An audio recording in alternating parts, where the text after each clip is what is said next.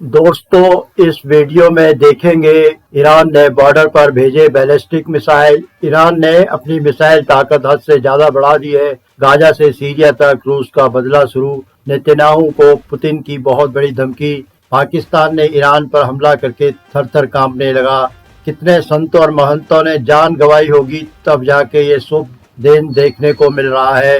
राहुल की न्याय यात्रा में ग्रहण। पाकिस्तान अब बनेगा कब्रिस्तान, इसको कोई नहीं रोक सकता। जगत गुरु भद्राचार्य का राम मंदिर के निर्माण में अमूल्य योगदान है। कांग्रेसी नेता पार्टी छोड़कर जा रहे हैं। अरब खाड़ी से यूरोप की तरफ जाता है और जब से ये नॉर्थ स्ट्रीम और ये सारी चीजों का बंद हुआ है, उस समय से इनका सारा ऑयल यहाँ से जा रहा है। और हूती का ये करना सबसे बड़ा रीजन ये है कि इनका और सऊदी का बिल्कुल 36 का आंकड़ा है, सब जानते हैं। और इसको ईरान इसीलिए सपोर्ट कर रहा है ताकि ये अपना उल्लू भी सीधा कर ले सऊदी के साथ। तो आप देख रहे हैं, इसका पूरा संकेत हमको दिख ही रहा है। पाकिस्तान और ईरान के बीच का लड़ाई हो या हिजबुल्लाह सीरिया के बीच का लड़ाई हो, तो ये अपना जो शिया सुन्नी का जो मामला है, इसको भी बीच में ला करके सोच रहे हैं कि ये भी साथ साथ में निपट जाए, सॉर्ट आउट हो जाए। सर, लेकिन सिक्योरिटी स्टेबिलिटी लाने के लिए ये जो रेडीनेस और प्रिपेयर्डनेस नजर आती है, उसके तहत सिक्योरिटी चैलेंजेस और थ्रेट रेड सी में लगातार बढ़ता जा रहा है। और उस लिहाज से ये समझना भी जरूरी है कि आज के इस हालात को देखते हुए यूएस किस तरीके से एग्रेसिव एक्शन लेता जा रहा है। वहीं इराक की राजधानी बगदाद में अमेरिकी ड्रोन क्रैश को लेकर एक और बड़ी खबर आई है। आपको बता दें, बलाद एयरबेस के नजदीक यूएस ड्रोन क्रैश हुआ है और ईरानी मिलिशिया ने ड्रोन मार गिराने का किया है दावा। अमेरिका के MQ-9 ड्रोन को मार गिराने का दावा किया गया है।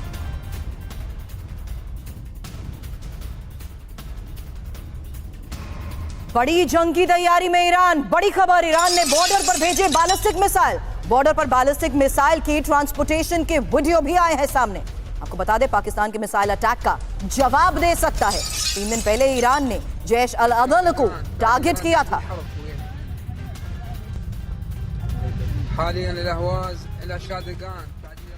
ये उस मूवमेंट की तस्वीर आपको दिखा रहे हैं जो बड़ा संकेत दे रही है। और इसी के तहत बड़ी जंग की तैयारी में ईरान, ये सबसे बड़ी खबर सामने आई है, जहां 3 दिन पहले ईरान ने जैश अल अदल को टारगेट किया था और उसके बाद ये मूवमेंट।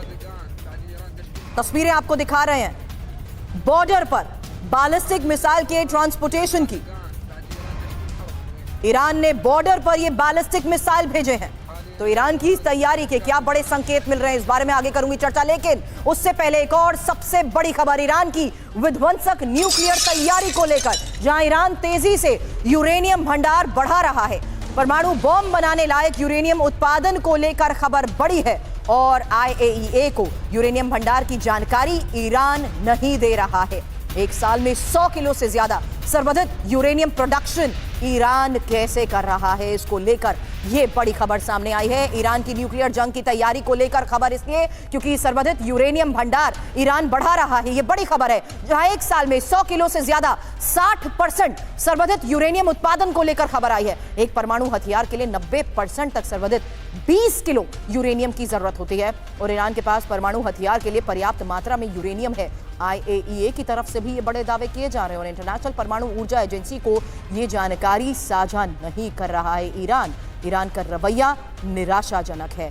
और इस बीच ये सबसे बड़ी खबर के साथ ही अब मैं इंफॉर्मेशन वॉल का भी रुख करना चाहूंगी, क्योंकि एक डेटा आपके सामने रखेंगे जहां हाई यूरेनियम प्रोडक्शन ईरान में 2000 को बड़े स्तर पर तैयार है। ये फैक्ट सामने आते हैं जहां 50% तक की तैयारी और फिर 2023 में 100% और उसके बाद 2024 में 150। ये डेटा उस लिहाज से आपके सामने रख रहे हैं जहां 60% तक सर्वाधिक यूरेनियम पर केजी, और अगर 90% तक ये पहुंच जाता है। जीडी बख्शी सर, आप ये ज्यादा बेहतर बता पाएंगे कि आखिर ये आंकड़े किस तरीके से इस पूरे रीजन में ईरान की बड़ी तैयारी का संकेत देते हैं, जहां हम ये जानते हैं कि न्यूक्लियर क्षमताओं को देखते हुए ईरान की तैयारी को लेकर पहले भी बड़े दावे किए गए, लेकिन कुछ फैक्ट्स हैं जो IAEA भी कह रहा है कि ईरान हमेशा छुपाता आया। देखिए, ईरान का न्यूक्लियर पावर बनना एक बहुत ही गंभीर परिस्थिति पैदा करेगा और फैक्ट यह है कि Iran feels it is under threat. इसलिए वो अपनी जान सलामती के लिए, अपनी सलामती के लिए कि ये गाजा की लड़ाई का फायदा उठाकर अमेरिका और इजराइल प्रीएम्प्टिव स्ट्राइक्स ना करें ईरान के बरखिलाफ। ईरान ने अपनी मिसाइल ताकत बड़ी हद से ज्यादा बढ़ा ली है और बहुत इजाफा उसमें हुआ है। अब खबरें आ रही हैं कि उनके पास कोई 90% एनरिच्ड यूरेनियम उन्होंने इकट्ठा कर लिया है, कोई 5 या 6 बॉम्ब बनाने के लिए, और वो हर महीने 5-6 बॉम्ब बना सकते हैं ये, और वो इसमें लगे हुए हैं। ये भी खबरें आ रही हैं अनकन्फर्म कि वो अपना परमाणु परीक्षण करने वाला है, ताकि वो अमेरिका को चेता दे, इजराइल को चेता दे कि डोंट मेस विद अस, अगर आप करोगे तो आपको भयंकर परिणाम भुगतने पड़ेंगे। उसने नॉर्थ कोरिया का मॉडल देख लिया है कि जब से नॉर्थ कोरिया न्यूक्लियर पावर हो गया है, किसी की हिमाकत नहीं हुई कि उसके साथ छेड़खानी करे, उसके ऊपर हमले की कोशिश करे। जैसे ही न्यूक्लियराइज ईरान हो जाता है, the whole paradigm will shift in the Middle East. और ये लग रहा है, सारे आसार इस तरफ पॉइंट कर रहे हैं कि ईरान अपने आप को घेरे में महसूस कर रहा है। याद रहे कि पाकिस्तान के आर्मी चीफ भी 5 दिन का दौरा करके आए थे अमेरिका का, जहां वो पेंटागन से मिले, विक्टोरिया न्यूलैंड से मिले, जो कि हर जगह गफलत वगैरह जो कराती हैं उनके पीछे उनका बड़ा हाथ रहता है। यूक्रेन में भी उनका बड़ा हाथ रहा था। तो अब वो पाकिस्तान को खड़ा करने की कोशिश। गाजा से सीरिया तक रूस का बदला। प्रधानमंत्री नेतन्याहू भयानक खून खराबा करने पर उतारू हैं। हालात ये हो गए हैं कि पिछले 12 घंटे के अंदर इजरायली सेना ने उत्तरी गाजा में कई जगहों पर सीज फायर को तोड़ते हुए हमास के ठिकानों पर मिसाइलों और ड्रोन से सीधा हमला किया है। लेकिन इस बीच एक खबर रूस से निकल कर आई है जिसने पूरी दुनिया को सन्न करके रख दिया है।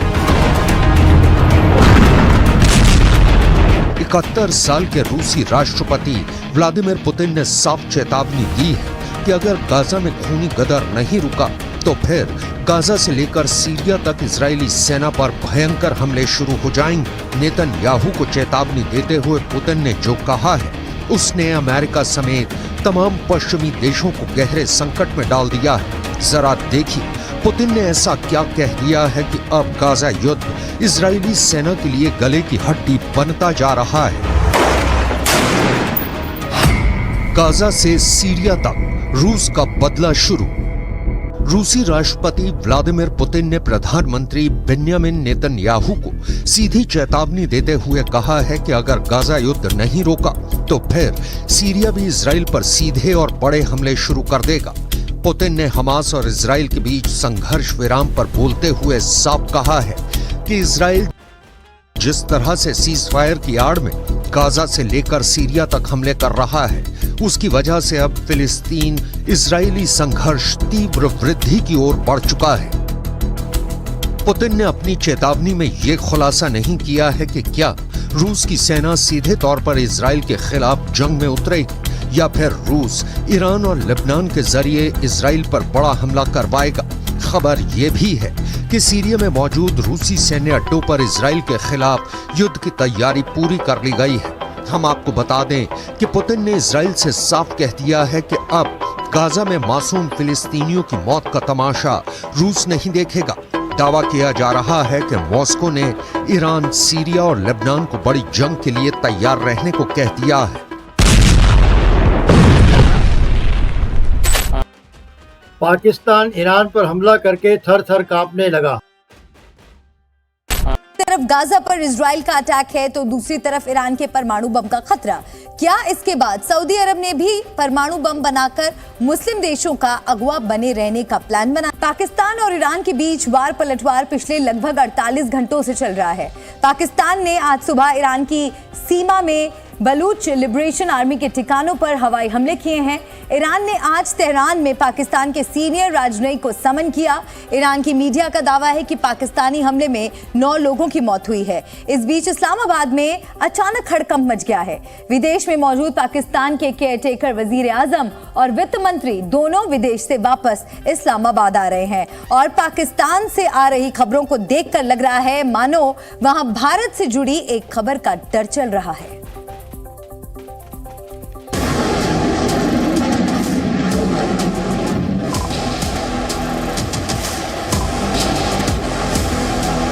पहला हमला, दूसरा हमला। ईरान पर पाकिस्तान की तरफ से आक्रमण इसी तरह किया गया। पाकिस्तान ने ईरान पर हमले का 13 सेकंड का वीडियो जारी किया है। रात के अंधेरे में पाकिस्तान ने ईरान की सीमा में आक्रमण किया। दावा किया गया कि ईरान में सिस्तान बलूचिस्तान इलाके में आतंकी अड्डों पर हमला किया गया है, पर ईरान के खिलाफ जवाबी हमला करने के बाद भी पाकिस्तान थर-थर कांप रहा है। पाकिस्तान ने एक ऑपरेशन मर्ग बर सरमचार किया है, जिसमें पाकिस्तान ने ईरान के अंदर जो मिलिटेंट हाइडआउट्स थी उन पे हमले किए। कोई भी रियासत उठकर और इवन ईरान ही मुस्तकबिल में भी दहशतगर्दी के नाम पर पाकिस्तान की जो सॉवरेंटी है उसको वायलेट करता करेगा और जिससे जाहिर है कि एक अच्छी मिसाल कायम नहीं होगी। आगे क्या हो सकता है, क्या होना चाहिए? आइंदा कोई मुल्क स्पेशली इंडिया इसको प्रेसिडेंस मानते हुए पाकिस्तान पे हमला ना करे। इंडियन फॉरेन ऑफिस का स्टेटमेंट जो था उसने जारी बात है पाकिस्तान को बड़ा परेशान किया। पाकिस्तान के जवाबी हमले के बाद ईरान इस्लामाबाद के बीच तनाव और बढ़ गया है। पाकिस्तान ने ईरान में 7 आतंकी ठिकानों पर हमले का दावा किया है। पाकिस्तानी मीडिया का दावा है कि लड़ाकू विमानों, मिसाइल और ड्रोन की मदद से ये हमले किए गए। पाकिस्तान से आई खबरों के मुताबिक ईरान की सीमा में 48 किलोमीटर अंदर हमले किए गए हैं। ईरानी मीडिया ने इस हमले में 4 बच्चे और 3 महिलाओं सहित 9 विदेशियों के मारे जाने की बात की है। ईरान में हुए ऑपरेशन को पाकिस्तानी वायुसेना ने मर्ग बर सरमाचर का नाम दिया है। इसका मतलब होता है विद्रोहियों को मारने का ऑपरेशन। सरमाचर शब्द का मतलब बागी या विद्रोही होता है। पाकिस्तानी विदेश मंत्रालय ने अपने बयान में बताया कि पाकिस्तानी मूल के आतंकी खुद को सरमाचर यानी विद्रोही कहते हैं। This morning, Pakistan undertook a series of highly coordinated and specifically targeted precision military strikes against terrorist hideouts in Sistan-o-Baluchistan province of Iran. A number of terrorists were killed during the intelligence-based operation codenamed Marg-Bar Sarmachar. Iran को इस तरह नहीं करना चाहिए था पाकिस्तान के साथ। ये मुसलमान मुल्क है, वो भी मुसलमान मुल्क है, तो मुसलमान मुल्क अगर एक दूसरे की टांगें खींचेंगे तो ये अच्छी बात नहीं है। आपस में इनको बातचीत के जरिए मसले का हल निकालना चाहिए, तो ज़्यादा किसी की तरफ नहीं जाना चाहिए। राम मंदिर के लिए कितने ही संतों ने जान गंवाई, तब जाके शुभ दिन आया। हमारे भारत के प्रधानमंत्री को चुना, ये बहुत बड़ी बात है। मोदी जी को चुना, ये बहुत बड़ी बात है कि 1993 के संघर्ष से 2024 में अब जाकर के जो आस्था थी, जो विश्वास था, जो सपना था, वो पूरा होने जा रहा है। राम राज होने जा रहा है और अब तो राम जी वहाँ पर आ भी चुके हैं, विराजमान हो भी चुके हैं। मुझे ऐसा लगता है कि ये बहुत पहले हो जाना चाहिए था। सनातनियों को उनका हक बहुत देर से मिला है, बहुत देर से मिला है। आज अगर मेरी माँ को या मेरी नानी को, मेरी दादी को अगर कोई मक्का मुअज़्ज़मा जाने से रोक रहा होता तो मुझे कैसा लगता, मुझे कितना बुरा लगता कि नहीं आप मदीना नहीं जा सकती हैं, नहीं आप मक्का नहीं जा सकती हैं, आपको नहीं जाने देंगे, तो मुझे बुरा लगता ना। तो कितने साल आप लोगों ने इंतज़ार किया, कितने साल इंतज़ार किया। कभी कभी सोचती हूँ तो आंखों में पानी आ जाता है कि ना जाने कितने महंतों ने और संतों ने अपनी जान गंवाई, कितने राम के भक्तों ने अपनी जान गंवाई, तब जा कर के आज इतने लोगों को ये दिन देखने को मिल रहा है। और भगवान राम सिर्फ सनातनियों के नहीं है, भगवान राम हम जैसे शिक्षित और इस राष्ट्र और इस भूमि से मोहब्बत करने वाले मुसलमानों के भी हैं। हमें भी पूरी श्रद्धा और आस्था है उन पर, हमें भी पूरा विश्वास है उन पर। और इसीलिए मैंने कहा कि 411 सीटों से जब मोदी जी दोबारा शपथ लेंगे तो सबसे पहले नाजिया माथा टेकेगी भगवान राम जी के मंदिर में। मुस्लिम होकर के मंदिर में जाओ। लो, कोई पहली बार थोड़े ही हो रहा है। और मुस्लिम होकर के मैं मंदिर क्यों नहीं जा सकती हूँ भाई? क्या मैं आफ्ताब की तरह बोटियां कर रही हूँ? क्या मैं नासिर खान की तरह बलात्कार कर रही हूँ, या अवैसी की तरह भारत के माहौल को भड़काऊ भाषण दे करके खराब कर रही हूँ, या लैंड माफिया खोल करके बैठी हूँ वक्फ बोर्ड की तरह, या हलाल सर्टिफिकेट की तरह जाली धंधा कर रही हूँ, या हलाला के नाम पर प्रोस्टिट्यूशन करवा रही हूँ? मैं तो ऐसा कुछ नहीं कर रही हूँ। मैं तो आस्था और विश्वास की जगह पर आ रही हूँ, एक पाक जगह पर आ रही हूँ, एक पवित्र जगह पर आ रही हूँ। मैंने क्या गलत किया? मैंने कुछ भी गलत नहीं किया। नहीं लगता मैम ऐसे बोलते हुए कहीं फतवा ना जारी हो जाए? फतवा जारी होगा तो भारत में जितने कोर्ट है उसी में चप्पल घिसवा दूंगी। बहुत बढ़िया, जय श्री राम। नहीं, अगर एक मुस्लिम महिला हिंदू के भजन को गा देती है तो उसके लिए फतवा जारी हो जाता है, और आप खुलकर बोल रही हैं। हाँ, मैं तो खुलकर बोलूंगी, एकदम खुलकर बोलूंगी। काहे नहीं बोलूंगी? कौन रोक सकता है मुझे? अवैसी साहब के पास, मदनी साहब के पास, बर्क साहब के पास बहुत बड़ा फ्रीडम ऑफ स्पीच है। आर्टिकल 19, 14, 21, 22, 29 मेरे लिए नहीं है। काहे नहीं होगा मेरे लिए? मेरे लिए नहीं होगा। बहुत बढ़िया। हम भी फ्रीडम ऑफ स्पीच पे बात करेंगे, फ्रीडम ऑफ स्पीच पे बात एकदम। और मैंने तो संविधान पढ़ा हुआ है। अवैसी अगर बैरिस्टर है तो नाजिया कोई जाहिल अनपढ़ तो नहीं है कि वो समझा देंगे भाई मेरा फ्रीडम ऑफ रिलीजन है, मेरा फ्रीडम ऑफ स्पीच है। तो मेरा कहाँ चला गया? मेरा कहाँ चला गया? मैं जाकर के सीरिया में ढूंढूं क्या अपना फ्रीडम ऑफ स्पीच? मैं सीरिया में ढूंढूंगी क्या? बहुत बढ़िया, बहुत बढ़िया। फ्रीडम ऑफ स्पीच की बात कर रहे हैं तो बात भाईचारे की करिए ना। ये तो कहीं ना कहीं बोल रहे हैं कि धर्म के नाम पर, मंदिर मस्जिद के नाम पर बार बार माहौल खराब होता रहा। चलिए भाईचारे की बात करते हैं। ज्ञानवापी दे दो बिना लड़े। बहुत बढ़िया। भाईचारे की बात करते हैं, भाईचारे की बात करते हैं ना। सनातनी बेटी श्रद्धा की बोटियां करके आफ्ताब को फिर ससुराल भेज दिया गया जेल। हमारे और आपके टैक्स के पैसे पे उसको दामाद बना करके रखा गया है जेल के अंदर। कटवा दो, औजार बना दो नामर्द, क्योंकि इस्लाम तो यही कहता है। इस्लाम तो यही कहता है ना कि बलात्कारियों को नामर्द बना दिया जाए। सऊदिया का कानून भी यही कहता है, और हमारे अल कुरान 30 पारा भी यही कहता है कि अगर कोई भी मुसलमान मर्द ज़िना करता है तो उसको नामर्द बनाया जाए। बना, मैं लिस्ट दे देती हूँ बलात्कारियों का, मुसलमान बलात्कारियों का। आपने ज्ञानव्यापी की बात की, ज्ञानव्यापी दे दो, भाईचारे की बात करेंगे, शुरुआत करेंगे। करते हैं शुरुआत ना। ओवैसी साहब ने कहा था कि 1991 का जो वर्शिप एक्ट है उसका उल्लंघन है। ये क्यों वहाँ पर पूजा नहीं हो रही थी? 1717 से वहाँ पर पूजा हो रही है। जयपुर के महाराजा जी ने जब वहाँ पर चबूतरा बनवाया था, चौकी रखी थी, वहाँ से लेकर के 1858 में पहला मुकदमा दायर हुआ था। 1885 में फैजाबाद कोर्ट में सीरियल नंबर 68 केस गया था, और उसके बाद से लेकर के सर्वोच्च न्यायपालिका में जब 2 डेकेड लड़ाई निर्मोही अखाड़ा के साथ और वीएचपी के साथ जब हो रही थी, तो ये लोग क्या अपने मुंह में लेमन जूस लेकर बैठे थे? All India Muslim personal law board लड़ करके क्यों नहीं जीते? लड़ करके क्यों नहीं जीते? सबूतों के आधार पर क्यों नहीं जीते? जब आचार्य जी ने 441 वेदों और ग्रंथों के सबूत रखे थे मुसलमान जज के सामने, तब उसको क्यों नहीं काट पाए? अरे भाई, लीगल भी आप जीते हैं, धार्मिक भी आप जीते हैं, और इमोशनली भी आप जीते हैं। तीनों आधार पर आपकी जीत हुई है। तो अब इसमें क्या हम लोग क्या बोल सकते हैं? और अवैसी साहब जो बोल रहे हैं वो अपना टीआरपी बनाने के लिए, माहौल गर्म करने के लिए ये सब बोलते रहता है। खुद बैरिस्टर है, 5 मुसलमान भी बैरिस्टर नहीं बना पाया। 5 मुसलमान भी बैरिस्टर नहीं बना पाया। राहुल की न्याय यात्रा में लगा ग्रहण। जानकार मानते हैं कि इस बार बीजेपी सबसे बड़ी जीत दर्ज कर सकती है। पूरा देश राममय हो चुका है, लेकिन विपक्षी नेता अपनी आदतों से बाज नहीं आ रहे हैं। वो राम मंदिर पर सवाल उठाकर लोगों में भ्रम पैदा करना चाहते हैं। वहीं दूसरी तरफ राहुल गांधी यात्रा लेकर असम पहुंचे हैं, लेकिन असम में राहुल गांधी की आफत बढ़ गई है। असम से राहुल को लेकर जो खबर आई है उससे सब हैरान है। असम में राहुल गांधी की यात्रा की पोल खुल गई है। राहुल गांधी ने सोचा नहीं होगा कि असम में उनके साथ ऐसा हो सकता है। राहुल की यात्रा के बाद भी कांग्रेस में भगदड़ मच गई है। कांग्रेस के नेताओं को राहुल गांधी के नेतृत्व पर भरोसा ही नहीं हो रहा है। ऐसे में वो इस्तीफा देकर कांग्रेस की पोल खोल रहे हैं और राहुल की यात्रा पर ग्रहण लगा रहे हैं। इस खबर में आगे आपको बताएंगे सब कुछ डिटेल में कि कैसे असम में राहुल की बढ़ गई है मुश्किलें, और कैसे असम में कांग्रेस की यात्रा हो गई है एक्सपोज, और किस नेता ने इस्तीफा देकर कांग्रेस की नींद उड़ा दी है, और कैसे राम मंदिर पर कांग्रेस के नेता विवादित बयान दे रहे हैं। तो बने रहिए वीडियो में अंत तक और देखिए हमारी ये खास रिपोर्ट। राहुल गांधी को लॉन्च करने के लिए जो भारत जोड़ो न्याय यात्रा कांग्रेस निकाल रही है उस पर ग्रहण लगता दिख रहा है। जैसे ही यात्रा असम पहुंची तो मुसीबत में फंस गई। राहुल फिर से अपने बोल बच्चन की वजह से मुसीबत में फंसते नजर आ रहे हैं। राहुल गांधी की तथाकथित न्याय मांगने वाली यात्रा जैसे ही असम पहुंची, वैसे ही राहुल गांधी के बयान से राज्य की राजनीति में बवाल मच गया है। ऐसा लग रहा है जैसे असम में राज्य के सीएम हेमंत बिस्वा शर्मा से पंगा लेकर राहुल गांधी ने कांग्रेस को मुसीबत में फंसा दिया है।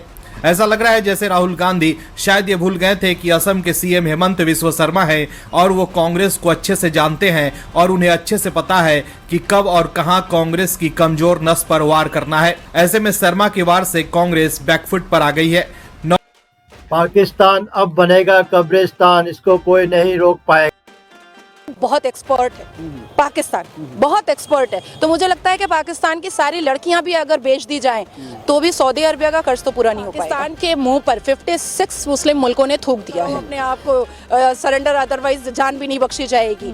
तो उन्होंने डिनाई किया था कि नहीं जाएंगे 72 वर्जिन हूर के पास अभी जान बख्श। हैशटैग मालदीव्स बॉयकॉट किया, हुआ ना, हाथ में कटोरा आ गया ना मालदीव्स के। पाकिस्तान को जो आ रहा है वही मार रहा है। अब देखिए पड़ोसी ईरान ने भी स्ट्राइक कर दिया है और पाकिस्तान कह रहा है कि हम संप्रभु देश हैं, हम जवाब देना जानते हैं। मेरे साथ नाजिया इलाही खान है जो काफ़ी एक्टिव है इन अंतर्राष्ट्रीय मुद्दों को लेकर। नाजिया जी, कैसे देखते हैं इस स्ट्राइक को आप? मैं तो देख रही हूँ कि पाकिस्तान अब कब्रिस्तान ही बनेगा और अब उसको कोई नहीं रोक सकता है। देखिए, मुसलमान से लड़ रहे हैं, इसके लिए तो पूरा अल कुरान गवाह है कि मुसलमानों ने मुसलमान से लड़ाई की। अब ईरान भी मुसलमान और पाकिस्तान भी मुसलमान, बड़े जज्बे वाले कौम है पाकिस्तान वाले। तो वो कह रहे हैं कि हम सहन नहीं करेंगे। तो सिर्फ कह रहे हैं, कुछ करके तो दिखाए ना, कुछ करके दिखाए। दाऊद इब्राहिम पाकिस्तान के पास है, हाफिज सईद पाकिस्तान के पास है, फिर से नया एक हाफिज सईद ने पार्टी बनाई है, इस्लामिक कंट्री वेलफेयर वो बनाएगा वहाँ पर। पता नहीं अब और कैसा इस्लामिक कंट्री बनाएगा हाफिज सईद। 72 वर्जिन हूर गोद में दे देगा सारे मर्दों के। तो मुझे ऐसा लगता है कि ईरान ने बहुत जबरदस्त काम किया है। सर्जिकल हूरे तो लड़ेंगी नहीं, लड़ना तो मर्दों को ही पड़ेगा। लेकिन मर्द क्या कर रहे हैं? नहीं, वो तो हूरों के पीछे पागल है ना, तो वो लड़ेंगे कहाँ से? अच्छा, वो तो हूरों के पीछे पागल है। अब भारत के मुसलमान को देख लीजिए या पाकिस्तान के मुसलमान को देख लीजिए, दोनों के थॉट प्रोसेस बिल्कुल सेम मैच खाते हैं। तो ये लोग तो हूर में पागल है। अब हूर करके भी अगर बम मारेंगे तो भी मरने के बाद हूर के लालच में ही मारेंगे, अदरवाइज ऐसे तो मारने वाले नहीं। लेकिन ईरान ने जिस हिसाब से जवाब दिया है, करारा जवाब दिया, उसमें मैंने देखा है न्यूज़ में कि चाइना भी टपका है। और चाइना जो पाकिस्तान का आका है वो कह रहा है संयम बरतो। हाँ, वो कह रहा है संयम बरतो यार, ऐसे नहीं लड़ते, बस इतनी का। क्यों?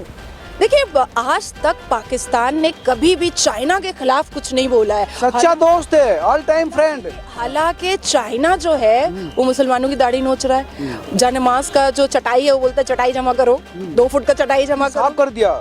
उसके बाद फिर ला इलाहा का कारपेट बना करके बिछाया हुआ है, फुटमैट बना करके बिछाया हुआ है। मुसलमानों की हालत वहाँ पर ख़राब है। रिहैब सेंटर खोल दिया है कि जब तक इस्लाम सर से उतरेगा नहीं तब तक हम तुम लोगों को छोड़ेंगे नहीं, जमा रहो यहीं पर। तो चाइना के खिलाफ वो कुछ नहीं बोलते, लेकिन भारत के मुसलमानों को उकसाते रहते हैं, मिर्ची डालते रहते हैं कि भाई ये उकसे हुए रहो, इस्लाम ऐसा बोला, इस्लाम ऐसा बोला। देखिए, बाप बड़ा ना भैया, मुसलमान के लिए सबसे बड़ा रुपया जब तक पैसा मिल रहा है चाइना से तब तक पाकिस्तान का वो आका बना रहेगा। और जगत गुरु भद्राचार्य का अमूल्य योगदान है। खालसा जी और उनके साथियों ने आज से 165 साल पहले जो किया, उसके लिए हम उन्हें और उनके साथ गए बाकी निहंग सिख भाइयों को नमन करते हैं। प्रभु श्री राम के हम सब भक्त हमेशा हमेशा के लिए अपने उन सिख भाइयों के ऋणी रहें। मगर इसके साथ ही हमारे लिए ये जानना भी ज़रूरी हो जाता है कि ऐसे हर उस शख्स के बारे में हम बात करें जिनकी हिम्मत, हौसले और विद्वता के चलते आज अयोध्या में भव्य श्री राम जी का मंदिर का निर्माण हो पा रहा है। यूँ तो ऐसे हज़ारों लोग हैं, मगर कोशिश करेंगे कि आज उन लोगों की खासतौर पर चर्चा की जाए जिनके बारे में या तो हम कम जानते हैं या उतना नहीं जानते। ऐसे ही एक दिव्य पुरुष है जगत गुरु रामभद्राचार्य। अगर दोस्तों मैं ये कहूं कि जगत गुरु रामभद्राचार्य जी मौजूदा भारत के सबसे विद्वान शख्स हैं तो शायद ये गलत नहीं होगा। अगर मैं ये कहूं कि वो इकलौते ऐसे शख्स हैं जिनकी एक गवाही से पूरे के पूरे अयोध्या विवाद की गुत्थी सुलझ गई तो भी गलत नहीं होगा। अगर मैं ये भी कह दूं कि अयोध्या को लेकर 150 साल से ज़्यादा वक्त से चला आ रहा कानून विवाद सिर्फ उनकी वजह से सुलझ पाया तो ये भी अतिशयोक्ति नहीं होगी। यकीन मानिए दोस्तों, जब मैं आपको उनकी कहानी बताऊंगा तो आपके पूरे बदन में सिरहन दौड़ जाएगी, आपके रोंगटे खड़े हो जाएंगे। इससे पहले मैं इतिहास के उन पन्नों को पलटूं और उस पर अपनी राय, अपनी ओपिनियन दूं। आप भी अगर अपनी ओपिनियन और अपनी राय देकर कुछ पैसे जीतना चाहते हैं तो प्रोबो ऐप डाउनलोड करें। डिस्क्रिप्शन में उस ऐप का लिंक दिया है। कई सारी कैटेगरीज हैं, उसमें कई सारे सवाल हैं। सिर्फ यस या नो यानी हाँ या ना में आपको अपनी ओपिनियन देनी है। एक सवाल आपको क्रिकेट का भी मिल जाएगा। इंडिया वर्सेस इंग्लैंड टेस्ट शुरू हो रहा है 25 तारीख से। क्या लगता है भारत जीतेगा, यस या नो?